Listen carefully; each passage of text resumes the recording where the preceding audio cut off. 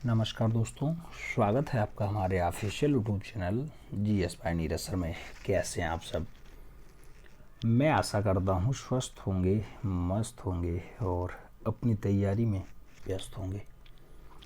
तैयारी आप लोग ट्रेंड ग्रेजुएट टीचर आर्ट की कर रहे हैं मित्रों। कुछ लोग पीजीटी की भी कर रहे होंगे, टीजीटी की, पीजीटी की। कुछ लोग केबीएस की भी करते हैं। कुछ लोग आप जानते हैं DSSB में भर्ती आती है तो इसकी भी करते हैं। कुछ लोग यूपी की करते हैं, कुछ लोग बिहार की करते हैं, कुछ लोग राजस्थान की करते हैं, कुछ लोग छत्तीसगढ़ की करते हैं, कुछ लोग चंडीगढ़ की करते हैं। तो जहाँ जहाँ भर्तियाँ आती हैं लगभग लोग अदर स्टेट्स की तैयारियाँ डालते रहते हैं, फॉर्म करते रहते हैं। लेकिन मित्रों, जो आपका आर्ट का सब्जेक्ट है ना, इस आर्ट के सब्जेक्ट का जो मेन सिलेबस है वो तो सेम ही रहना है। क्वेश्चंस चाहे वो DSSB में पूछे कि विजयनगर की पराजय में सर्वाधिक लाभ किसको हुआ, तो चाहे वो KBS में पूछे तब भी आंसर्स गोलकुंडा बनेगा, DSSB में पूछेगा तब भी आंसर्स गोलकुंडा बनेगा, यूपी DGT में पूछेगा तब भी गोलकुंडा बनेगा, बिहार में पूछे तब भी गोलकुंडा ही बनेगा। तो कहने का तात्पर्य यह है कि जो आपका सिलेबस का क्वेश्चन है वो सेम रहेगा। परीक्षाएं स्टेट के हिसाब से बदलती रहती हैं, नाम चेंज होते रहते हैं। तो आपको ज़्यादा लोड लेने की आवश्यकता नहीं है, टेंशन लेने की आवश्यकता नहीं है। आज की इस क्लास में मित्रों हम लोग टीजीटी आर्ट से जुड़ा हुआ दक्षिणी शैली के बारे में कुछ डाटा देखेंगे। आप जानते हैं 5 राजवंश मूल रूप से काम करते हैं। बीजापुर हो, गोलकुंडा हो, हैदराबाद हो, अहमदनगर हो, तो इस टाइप से ये सब अपना काम करेंगे। और इन 5 में से आपका जो खास काम होगा उन्हें हमें समझना होगा, उनके बारे में देखना होगा। बीदर भी आता है इसी में, तो शैलियों के बारे में भी देखना पड़ेगा। द्रविड़, बेसर, नागले कैसे चलती हैं, कितने चित्र कहाँ से मिलते हैं, तो ये सारी बातें आज इसमें हम पढ़ेंगे। लगभग 16वीं सदी से डाटा स्टार्ट हो जाएगा और 19वीं सदी के आसपास का जो दृश्य है वो आपके दक्षिणी शैली में आ जाता है। इसके खासकर चित्रकला के साथ जो रुझान है उसको हम लोग पढ़ेंगे। पहला पॉइंट दिया गया मित्रों, दक्षिणी शैली में किसने कला प्रेम का परिचय दिया। तो दक्षिणी शैली में किसने कला प्रेम का परिचय दिया है मित्रों? अहमद शाह वली बेहमनी ने। किसने? अहमद शाह वली बेहमनी के द्वारा कला का परिचय दिया गया। दक्षिणी शैली में विजयनगर के राजाओं ने समसामयिक किन सुल्तानों का शासन रहा है? तो बेहमनी सुल्तान ज़्यादा से ज़्यादा विजयनगर साम्राज्य में और दक्षिणी शैली में काम किए हैं। आगे बढ़ते हैं, अगला पॉइंट आता है, आपसे कह रहा है दक्षिणी शैली मुख्य रूप से किससे संबंधित है? तो दक्षिण के मुस्लिम साम्राज्य से इसका संबंध होता है। दक्षिण के मुस्लिम साम्राज्य से किसका संबंध है? दक्षिणी शैली का मुख्य रूप से संबंध बताया जाता है। दक्षिण का क्षेत्र किस सल्तनत के अधीन रहा है मित्रों? तो दक्षिण का जो क्षेत्र है वो बहमनी सल्तनत के अधीन रहा है। किसके सल्तनत के अधीन? बहमनी सल्तनत के अधीन रहा है। बहमनी साम्राज्य किसके द्वारा स्थापित किया गया? तो आप जानते हैं बहमनी साम्राज्य की जब भी बात आएगी तो अलाउद्दीन हसन बहमन शाह का नाम आएगा। अलाउद्दीन हसन बहमन शाह का नाम आएगा। 1347 के आसपास जो है बहमनी साम्राज्य स्थापित करते हैं। और आप जानते हैं मित्रों, कला रचना के क्षेत्र में आप देखेंगे तो दक्षिण में कितनी शैलियाँ आएंगी? तो दक्षिण में 3 टाइप की शैलियाँ चलती हैं।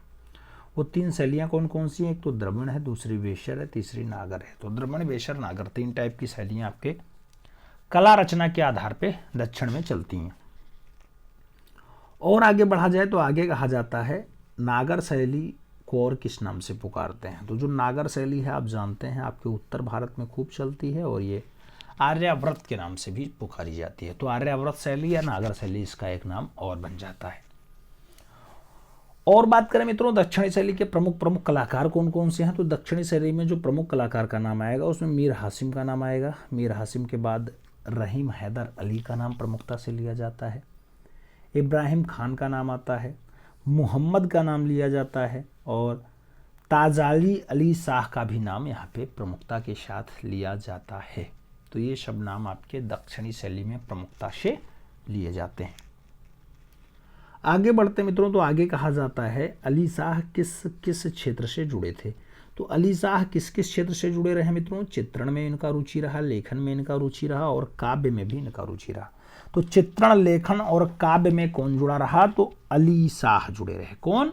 अली शाह का जुड़ाव इससे रहा है। किस चित्रण को अली शाह ने हीरों से सजाया था मित्रों? पूछा जाएगा कौन से चित्रण को हीरों से सजा दिया अली शाह ने? तो निज़ाम उल मुल्क आसाफ जाह द्वितीय के व्यक्ति चित्र को इन्होंने हीरों से सजाया था। किसके चित्र को? निज़ाम उल मुल्क आसाफ जहा या आसाफ जाह द्वितीय, नाम लंबा चौड़ा है लेकिन परेशान नहीं होना है। ये हीरों से सजाया गया रचना है, हो सकता है परीक्षा में पूछ लिया जाए। तो यह दक्षिणी शैली की एक रचना है और आसाफ जहां द्वितीय का व्यक्ति चित्र है, छवि है, उसको इन्होंने हीरों से सजाया था। आगे बात करते हैं मित्रों, अगला पॉइंट आता है दक्षिणी शैली पर किन शैलियों का प्रभाव परिलक्षित होता है? दक्षिणी शैली पर किन शैलियों का प्रभाव परिलक्षित होता है मित्रों? तो ईरानी शैली यहाँ भी रहेगी, मुगलिया शैली रहेगी, उसके साथ पाश्चात्य प्रभाव भी दिखाई देगा। तो ईरानी, मुगलिया और पाश्चात्य, इन 3 टाइप की शैलियों का प्रभाव आपके दक्षिणी शैली पर रहता है। आगे बढ़ें तो आगे कहा जाता है चीनी पोर्सलिन की कला चित्रों का बाजार कहा जाता है। तो चीनी पोर्सलिन की कलाकृतियों का जो बाजार है मित्रों, उसको कहते हैं पेटा बोली। क्या? पेटा बोली। तो पेटा बोली में जो है आपके चीनी पोर्सलिन की कलाकृतियां बिकती हैं। और आगे बढ़ें तो पाश्चात्य प्रभाव से निर्मित दक्षिणी शैली के एक चित्र का नाम क्या है? तो पाश्चात्य प्रभाव से निर्मित दक्षिणी शैली का एक चित्र जो है वो उद्यान में राजकुमार है। कौन सा है? उद्यान में राजकुमार है, बढ़िया चित्र बताया जाता है। और आगे बढ़ेंगे, कहा जाता है कौन सी शैली में सोने और चांदी के रंगों का प्रयोग किया गया है? कौन सी शैली में सोने और चांदी के रंगों का प्रयोग हुआ मित्रों? तो सोने और चांदी के रंगों का प्रयोग दक्षिणी शैली में ही हुआ है। आपने अभी देखा कि हीरों से भी रचना बनाई गई, जिसमें क्या हुआ था? निज़ाम उल मुल्क जो आसफ जाह द्वितीय हैं उनका व्यक्ति चित्र बनाया गया था हीरो से। और आगे बढ़ते हैं मित्रों, तो किताबे नौरस का परिचय किसने दिया? तो किसने दिया जब पूछा जाए तो कवि जोहरी का नाम लगाना। कवि जोहरी किताबे नौरस का परिचय देते हैं। और आगे अगर बढ़ा जाता है तो आगे कहा जाता है दक्षिणी शैली में कितने राजवंश स्थापित थे? जब दक्षिणी शैली में राजवंश की बात आती है मित्रों तो 5 राजवंश का नाम प्रमुखता से लिया जाता है। एक तो बीदर वाला क्षेत्र आएगा, दूसरा अहमदनगर वाला आएगा, तीसरा बीरार वाला आएगा, चौथा बीजापुर आएगा और 5वां आपका गोलकुंडा आएगा। तो ये 5 क्षेत्र आपके यहाँ पे पाए जाते हैं। बीदर दुर्ग किसने बनवाया मित्रों? बीदर दुर्ग के बनवाने की जब बात आती है, अहमद शाह बली बहमनी के द्वारा बीदर दुर्ग को बनवाया गया। किसने बनवाया? अहमद शाह बली बहमनी के द्वारा बीदर दुर्ग को बनवाया जाता है। अहमद शाह बली के मकबरे पर कहाँ का प्रभाव दिखाई देता है? तो अहमद शाह बली के मकबरे पर जो प्रभाव है मित्रों वो ईरान का प्रभाव झलकता है। कहाँ का प्रभाव? ईरान का प्रभाव। याद रखिएगा, डाटा घुमा के पूछेगा। अहमद शाह बली के मकबरे पे किसका प्रभाव है? ईरान का प्रभाव है। आपसे आगे बढ़ेंगे, बीजापुर में पूछा जाएगा किसका प्रभाव आता है मित्रों? आसार महल में। तो आसार महल में जब पूछा जाए, आगे पूछा जाएगा आसार महल में किसका प्रभाव है, तो आसार महल में आपका इटली का प्रभाव है। किसका है? इटालियन प्रभाव झलकता है वहां पे, बात याद रखना। ठीक है। अब एक दृश्य आपको दर्शाते हैं मित्रों। हाथी जलधार के पास है, दक्षिणी शैली की बहुत बढ़िया रचना है। एक हाथी है, जलधारा बह रही है, उसके सामने खड़ी है। आप देख सकते हैं ये हाथी सूंड उठाए खड़ी हुई है, जलधारा सामने बह रही है। तो ये दक्षिणी शैली का एक प्रमुख चित्र बताया जाता है, बढ़िया चित्र बताया जाता है। अब आगे अगर हम बात करते हैं तो और रचनाओं में बात करेंगे, और पॉइंट्स में बात करेंगे। कहा जा रहा है बीदर में किस वंश का शासक रहा है मित्रों? तो बीदर शाही वंश का शासक बीदर में आपके रहेगा। अहमदनगर में किस वंश का शासक रहा है मित्रों? तो निजाम शाही वंश का रहेगा। जैसे बीदर में बीदर शाही, ऐसे अहमदनगर में निजाम शाही का रहा। और बीरार में किस वंश का शासन रहेगा मित्रों? तो बीरार में आपका इमाद शाही वंश शासन करेगा। कौन करेगा? इमाद शाही वंश बीरार में शासन करेगा। जबकि अगर बीजापुर की बात करते हैं तो बीजापुर में कौन सा वंश शासन करता है मित्रों? तो बीजापुर जैसे नाम आए, आदिल शाह वंश का नाम प्रमुखता से याद रखिएगा। बीजापुर में आदिल शाह वंश शासन करेगा। जबकि गोलकुंडा में कौन सा वंश शासन करता है मित्रों? तो कुतुब शाही वंश जो है आपके गोलकुंडा में शासन करता है। तो ये तो वंशों की बात आ गई कि बीदर में कौन करता है, अहमदनगर में कौन करता है, बीरार में कौन करता है, बीजापुर में कौन करता है और गोलकुंडा में कौन करता है। तो ये सारी बातें आपको याद रखनी होगी क्योंकि परीक्षा निकालना है आपको। फिर कहा जाता है चित्रकला की दृष्टि से इसमें से कौन कौन से वंश ज्यादा फेमस हैं? तो चित्रकला, कितने राजवंश चित्रकला की दृष्टि से विशेष महत्व रखते हैं? तो 3 राजवंश हैं। कौन कौन से? एक तो बीजापुर है, दूसरा गोलकुंडा है और तीसरा अहमदनगर है। वही बीजापुर मित्रों, अहमदनगर वही जिसे आप जानते हैं अहमदनगर हुसैन निजाम शाह प्रथम के द्वारा काम किया जाता है। आपका जो गोलकुंडा वाला बेल्ट होता है आप जानते हैं मसूलीपट्टनम वाला है। आप जानते होंगे पोथी चित्रण जहाँ खूब होता है, दीवाने हाफिज का पोथी चित्रण हुआ था, वो वाला गोलकुंडा है। बीजापुर तो आप जानते हैं इब्राहिम आदिल शाह द्वितीय वाला। तो ये सारी बातें 3 चित्रकला के प्रमुख केंद्र बनते हैं दक्षिणी में, उसमें से बीजापुर की अगर बात करते हैं तो बीजापुर के शासक का क्या नाम था? इब्राहिम आदिल शाह सेकंड है। क्या? इब्राहिम आदिल शाह द्वितीय। बीजापुर किसके समय में अत्यधिक उन्नति पर रहा है? बीजापुर किसके समय में अत्यधिक उन्नति पर था? तो इब्राहिम आदिल शाह द्वितीय के समय ज़्यादा उन्नति किया है बीजापुर। और आदिल शाह के राज्यकाल में कौन सा ग्रंथ चित्रित हुआ? मित्रों, जब ग्रंथ की बात आती है तो नुजूम अल उलूम का नाम आएगा। आदिल शाह के राज्यकाल में नुजूम अल उलूम का जो है चित्रण किया गया है। अब आपसे पूछा जाएगा नुज़ूल उल उलूम जो पोथी है इसमें कितने चित्र हैं? मित्रों, जब चित्रण होगा तो चित्र बनेंगे तो उनकी संख्या होगी, संख्या जो है 876। कितनी? 876। तो 876 चित्रों का दृश्य यहाँ पे हमें देखने को मिल जाता है। आगे बढ़ेंगे। आपसे कह रहा है नुजूम उल उलूम पोथी में कितने नक्शों पर तालिका है? कितने नक्शों पर आपको तालिका दिखाई देती है? तो 140 नक्शों पर आपको तालिका देखने को मिल जाएगी। 1570 ईस्वी में नुज़ूल अल उलूम का चित्र कहाँ चित्रित हुआ था मित्रों? तो 1570 में नुज़ूल उल उलूम का जो चित्र है वो सबसे पहले बीजापुर में देखने को मिल जाता है। कहाँ देखने को मिलता है? बीजापुर में देखने को मिल जाता है। और आगे बढ़ते मित्रों, अगला पॉइंट आता है बीजापुर में कौन सी चित्रावली अंकित की गई है? तो बीजापुर में जब चित्रावली की बात करते हैं मित्रों तो रागमाला चित्रावली है जो अंकित की गई है। जबकि आदिल शाह के समय में बीजापुर में कौन सी इमारतें बनी? तो आदिल शाह के टाइम पीरियड पे बीजापुर में जो इमारत बनी इसमें आपका गोल गुम्बद आएगा बीजापुर वाला, आसार महल आएगा, इब्राहिम रोजा आएगा, मेहता महल आएगा और जामा मस्जिद आएगा। तो ये सब आदिल शाह के टाइम पे बीजापुर में बने हुए क्या है? स्थापत्य कला के नमूने हैं। आगे बढ़ते मित्रों, आगे कहा जाता है आसार महल को सजाने के लिए कहाँ के चित्रकार बुलाए गए? आसार महल को अगर सजाना है मित्रों फिर इटालियन के चित्रकार आएंगे। तो इटालियन के कलाकार आसार महल को सजाने के लिए आते हैं। इसकी कला पर किसका प्रभाव पड़ता है मित्रों? तो इटली के कलाकार अगर आएंगे तो इटली का प्रभाव भी देखने को यहाँ मिल जाएगा। बीजापुर की कला में किन शैलियों का प्रभाव पड़ा है? तो बीजापुर में राजपूत शैली भी हावी रही है, बुंदेला शैली भी हावी रही है और पश्चिमी कला शैली भी हावी रही। तो बीजापुर में 3 कला शैलियां प्रमुखता से हावी रही हैं। कौन कौन सी? राजपूत, बुंदेला और पश्चिमी कला। और आगे बढ़े मित्रों तो आगे कहा जाता है ईरानी शैली का संग्रह करने वाले शासक का नाम क्या था? ईरानी चित्रकला के संग्रह को अगर बात करते हैं तो ईरानी चित्रों का जो संग्रह करेगा उसका शासक का नाम इब्राहिम आदिल शाह द्वितीय होगा। क्या नाम होगा? इब्राहिम आदिल शाह द्वितीय होगा। वही इब्राहिम आदिल शाह द्वितीय जो नौरस यानी किताबे नौरस लिखेगा मित्रों, जो किताबे नौरस लिखेगा। ठीक है, ये बात याद रखिएगा।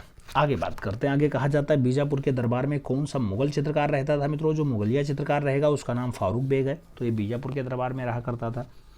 बीजापुर से 150 मील, कितना? 150 मील दूर 1583 ईस्वी में कलाकृतियों की दुकान किसने स्थापित की? तो बीजापुर से 150 मील दूर जेम्स स्टोरी ने जो है कलाकृतियों की एक दुकान डाली जहां पर रचनाएं सभी की मिलती हैं। तो जेम्स स्टोरी ने की एक दुकान डाली थी। और आगे बढ़ते हैं तो आगे कहा जाता है बीजापुर की स्थापना किसने की थी मित्रों? तो बीजापुर की स्थापना 1490 के आसपास यूसुफ आदिल शाह के द्वारा किया जाता है। किसने किया? यूसुफ आदिल शाह के द्वारा किया जाता है। इब्राहिम आदिल शाह द्वितीय को किस उपाधि से विभूषित किया गया है? तो इब्राहिम आदिल शाह सेकंड को जगत गुरु की उपाधि दी गई। क्या दी गई? जगत गुरु को उपाधि आपको दी गई। यानी किसको? इब्राहिम आदिल शाह सेकंड यानी द्वितीय को। और आगे बढ़ते हैं मित्रों, आगे कहा जाता है इब्राहिम आदिल शाह द्वितीय ने प्रसिद्ध ग्रंथ का नाम क्या लिखा? तो उनका एक प्रसिद्ध ग्रंथ है जिसे नौरस कहते हैं या फिर किताबे नौरस कहा जाता है। तो नौरस या फिर किताबे नौरस किसका प्रमुख ग्रंथ है मित्रों? तो इब्राहिम आदिल शाह सेकंड का है। और आगे बढ़ते हैं तो आगे कुछ पॉइंट्स आते हैं। पॉइंट्स में आपसे कहा जा रहा है किताबे नौरस का परिचय किस कवि ने दिया? तो मित्रों किताबे नौरस की जब भी बात आएगी तो कवि जौहरी का नाम या जौहर का नाम बहुत प्रमुखता से लिया जाता है। तो कवि जौहरी या कवि जौहर का नाम जो है प्रमुखता से लिया जाएगा किताबे नौरस के लिए। आगे बढ़ें। आगे कहा जाता है इब्राहिम आदिल शाह संगीत जगत में किस गायकी के लिए विशेषज्ञ रहे हैं? तो इब्राहिम आदिल शाह जो है संगीत जगत के लिए ध्रुपद गायकी बहुत बढ़िया से करते थे। कौन करते थे? ध्रुपद गायन बहुत बढ़िया कर लेते थे। तो उसके लिए इनका नाम फेमस है। किसका? इब्राहिम आदिल शाह सेकेंड का। आगे बढ़ते हैं, आगे कहा जाता है इब्राहिम आदिल शाह ने किस नगर की स्थापना की, तो उसे नौरसपुर कहे। नौरस ग्रंथ लिखा, नौरसपुर नगर बसाया, ये बात याद रखिएगा। कौन सा ग्रंथ लिखा? नौरस। नौरस को भी किताब नौरस कहा जाता है। और नगर कौन सा बचाया मित्रों? तो नगर उसको नौरसपुर कहा जाता है। और आगे बढ़ा जाए तो आगे कहा जाता है मित्रों 1687 ईस्वी में बीजापुर पे किस मुगल शासक का अधिकार था? तो 1687 में बीजापुर पे जो मुगल शासक हावी हुए उनका नाम औरंगजेब है। वही औरंगजेब जो चित्रकला को विनाश की ओर ले जाते हैं, चित्रकला को ख़त्म करते हैं, तो उनका जो है अधिकार हो जाता है 1687 के आसपास बीजापुर में। और आगे बढ़ा जाए तो आगे कहा जाता है किस मुगल चित्रकार का बीजापुर को आदिल शाह सुल्तानों से संपर्क रहा है? तो मुगलिया चित्रकार मीर हासिम का संपर्क जो है वो आदिल शाह से रहा है। किसका? मीर हासिम का। मीर हासिम कहाँ का चित्रकार था? मुगलिया कलाकार था।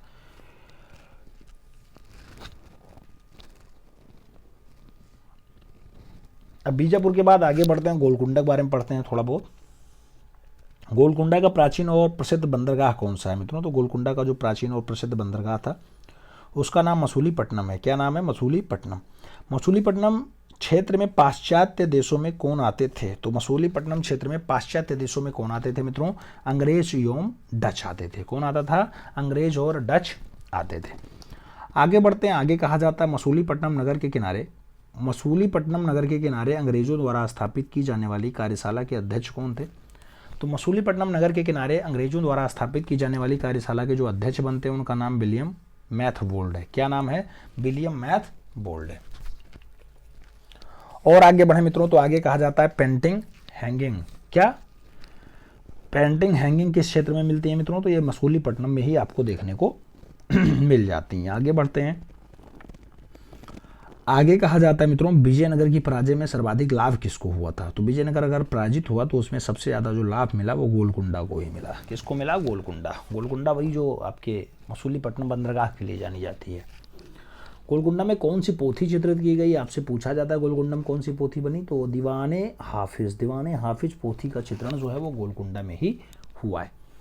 गोलकुंडा पर घेरा किस मुगल शासक ने डाला? तो गोलकुंडा का घेरा बहुत फेमस है मित्रों, और वो औरंगजेब के द्वारा डाला जाता है और 1687 के आसपास डाला जाता है। वही 1687 के आसपास आप जानते हैं जब बीजापुर को कब्जा कर लेते हैं फिर गोलकुंडा की तरफ बढ़ देते हैं। आगे बढ़ते हैं, गोलकुंडा में कौन सी चित्रकला विशेष प्रसिद्ध है? गोलकुंडा में कौन सी चित्रकला विशेष प्रसिद्ध है मित्रों? तो वो चित्रकला आपकी पट चित्रकला है। कौन सी चित्रकला है? पट चित्रकला है। गोलकुंडा में किस पक्षी का चित्रण अधिक हुआ है मित्रों? जब पक्षी की बात आती है तो मयूर का चित्रण ज़्यादा मात्रा में यहाँ देखने को मिलता है। मयूर पक्षी आपके जो है हैदराबादी कला में भी बहुत ज़्यादा देखने को मिलता है, याद रखना। आगे कहा जाता है दक्षिणी चित्रकारों में किसका नाम महत्वपूर्ण है? तो दक्षिणी चित्रकारों में जो खास नाम आएगा वो मीर हासिम और रहीम का नाम आएगा। किसका नाम? मीर हासिम और रहीम का नाम दक्षिणी चित्रकला में खासम खास आता है कलाकारों के रूप में। और आगे बढ़ें तो आगे कहा जाता है नारी और मैना का चित्रण कहाँ हुआ है मित्रों? तो नारी और मैना के चित्रण की जब बात आती है तो नारी और मैना का चित्रण आपके गोलकुंडा में ही हुआ है। गोलकुंडा वही जो आपके कर्नाटका में है, खान के लिए जानी जाती है, आप जानते हैं, मसूलीपट्टनम बंदरगाह के लिए जानी जाती है। आगे कहते हैं ये चित्र किस संग्रहालय में सुरक्षित है मित्रों? तो नारी और मैना वाला जो चित्र है वो चेस्टर बेट्टी संग्रहालय में आपको देखने को मिल जाएगा। तो चेस्टर बेट्टी संग्रहालय में आपको ये दृश्य देखने को मिल जाता है। अब गोलकुंडा के बाद थोड़ा आगे बढ़ते हैं, अहमदनगर के बारे में देख लेते हैं। अहमदनगर विजयनगर को हराने में किस शासक का हाथ रहा है मित्रों? तो फायदा सबसे ज़्यादा गोलकुंडा को मिला, लेकिन गोलकुंडा को मिला विजयनगर की पराजय में मैक्सिमम जो आप जानते हैं लाभ मिला वो गोलकुंडा को ही मिला। अहमदनगर विजयनगर को हराने में शासक का जो हाथ रहा वो अहमदनगर के हुसैन निजाम शाह प्रथम का रहा है। तो हुसैन निजाम शाह प्रथम के जो है सहयोग से ही विजयनगर को हराया गया। आगे कहा जाता है अहमदनगर किस ग्रंथ के चित्र बने हैं? अहमदनगर में कौन से ग्रंथ का दृश्य देखने को मिलता है? तो रागमाला का दृश्य देखने को मिलता है। अहमदनगर के शासकों के संरक्षण में कौन सी पांडुलिपि तैयार होती है मित्रों? तो अहमदनगर के शासकों के संरक्षण में जो पांडुलिपि तैयार होगी वो 1591 से 1595 के मध्य बनती है और तारीफ़ हुसैन शाही कहा जाता है उसे। क्या कहा जाता है? तारीफ़ ए हुसैन शाही। किस टाइम पीरियड पे बनती है? 1591 से 1595 के आसपास बनती है। अहमदनगर के शासक के संरक्षण में इसका जो है क्या होता है? पांडुलिपि तैयार किया जाता है। इसके चित्र किस शैली के हैं मित्रों? तो ये फारसी शैली के हैं। फारसी शैली आप जानते हैं मुगलों की आधिकारिक भाषा रही है, मुगलों की आधिकारिक भाषा भी फारसी ही रही है, ये बात जरूर याद रखिएगा। आगे कहा जाता है मित्रों तारीफ़ हुसैन शाही और नुजूम उल उलूम किसके संरक्षण में चित्रित की गई? तो तारीफ़ हुसैन शाही और नुजूम उल उलूम का जो चित्रण है मित्रों वो हुसैन निज़ाम शाह प्रथम के संरक्षण में ही चित्रण का कार्य इसका संपन्न होता है। तो ये सारी बातें अहमदनगर के किसमें थी? पक्ष में थी, जहाँ निजाम शाही वंश का शासन रहा है। अब आगे बात करते हैं हैदराबाद की। हैदराबाद नगर किसने बसाया? सबसे पहला तो यही पॉइंट, तो मोहम्मद कुली कुतुब शाह का नाम आएगा। तो मोहम्मद कुली का नाम हैदराबाद नगर के लिए जाना जाता है। हैदराबाद की अगर बात करते हैं तो हैदराबाद में सबसे सुंदर इमारत कौन सी है मित्रों? तो आप जानते हैं चार मीनार आपकी हैदराबाद में ही है, वो बहुत सुंदर इमारत बताई जाती है। आगे बढ़ते हैं, आगे कहा जाता है चार मीनार का निर्माण किसने करवाया मित्रों? तो मोहम्मद कुली ने 1591 में करवाया। तो मोहम्मद कुली ने 1591 में चार मीनार का निर्माण हैदराबाद में करवाया।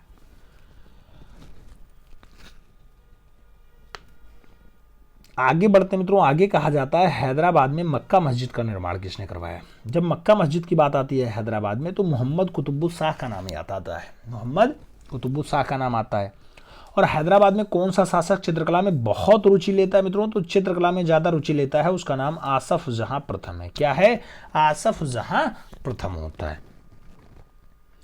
आगे कहा जाता है निजाम अली खां कौन था? निजाम अली खां की अगर बात करते हैं तो निजाम अली खां कौन था मित्रों? अच्छा चित्रकार रहा है। क्या रहा है? एक बढ़िया अच्छा चित्रकार रहा है। और उसका दरबारी चित्रकार कौन था मित्रों? तो राय वेंकटाचलम। क्या? वेंकटाचलम। तो राय वेंकटाचलम बढ़िया चित्रकार रहे हैं किसके? निजाम अली खान के दरबार के, निजाम अली खान के दरबार के। बात याद रखिएगा। हैदराबादी कला में कौन सा चित्र बहुत कम प्राप्त होता है मित्रों? तो आखेट का दृश्य बहुत कम मिलेगा, यानी शिकार वाला दृश्य बहुत कम देखने को मिलेगा। कहाँ पे? हैदराबादी शैली में। और हैदराबादी कला में किस पर चित्रण किया गया मित्रों? तो ब्रिटिश प्रभाव पर, कांच पर खूब ज्यादा कला तारीफ हुई है। किस पे? ब्रिटिश प्रभाव से कांच पर रचना ज्यादा बनी है आपके हैदराबाद वाले में। कांच पर चित्रण कहाँ हुआ है मित्रों? तो कांच पर चित्रण कहाँ हुआ है? तिरुचिरापल्ली में हुआ है। कहाँ पे हुआ?